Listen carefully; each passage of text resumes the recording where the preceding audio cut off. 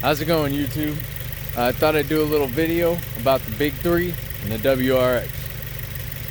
It's not really a Big 3, it's more like a Big 2 for now. I'll probably add another ground at some time underneath the car, but this works just fine. I get no voltage drops running the 2000 watt amp. You gotta upgrade the battery though. I don't think I need a second one really. I mean, I get a little bit of clipping, but I don't with clean music. So I don't know. But anyway, this is how it works. Okay. Alternator cable goes to the battery, or it goes from the alternator to the battery. You gotta cut this little nut. You gotta cut the plastic around it to get the lugs to fit on top. It's real easy. You just use flush cutters. Okay. Zip tie it along your existing stuff.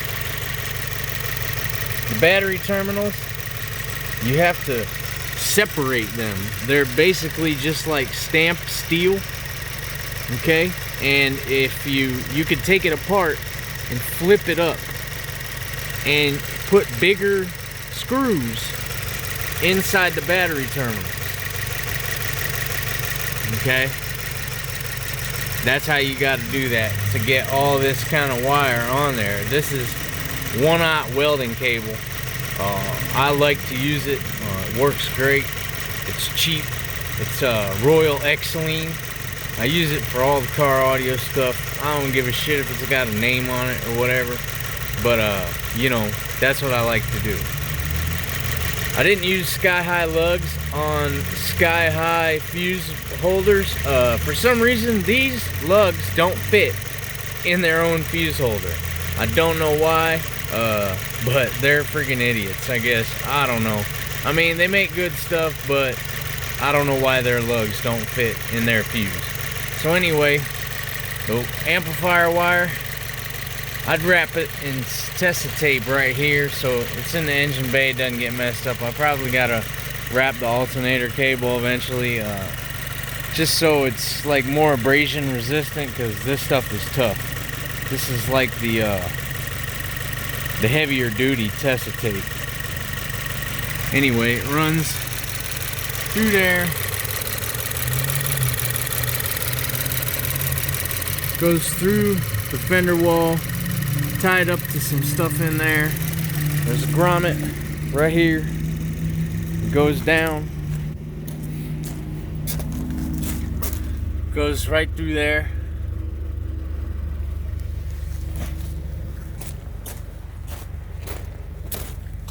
Tied up right there.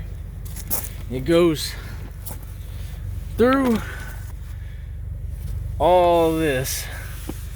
Okay, down here, you can't feel it. I mean, you can feel it a little bit, but it ain't nothing. And then it passes through this piece here and goes down there through the center console. Comes along the inside of here in the seat. Comes out right here. Tees off just to the 4-channel. This 4-channel doesn't use that much power. And then that's my amp rack. I didn't zip tie the bottoms and stuff. This shit doesn't really move around very much. It's like solid as shit. I never had a problem with it. But yeah, that is the wiring nightmare I have up underneath this car, but it works good. So that's all that matters, I guess.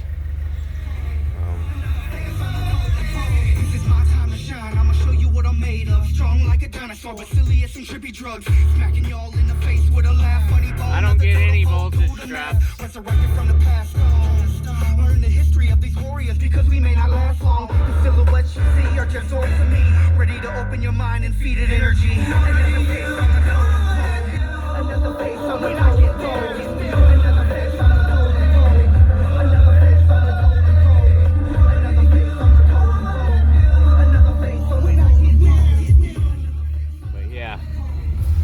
Works good. But anyway, I thought I'd share how it's done. I don't know if there's anybody else that has that much power up underneath the seat. I'm sure there probably is somewhere, but that's how it's done.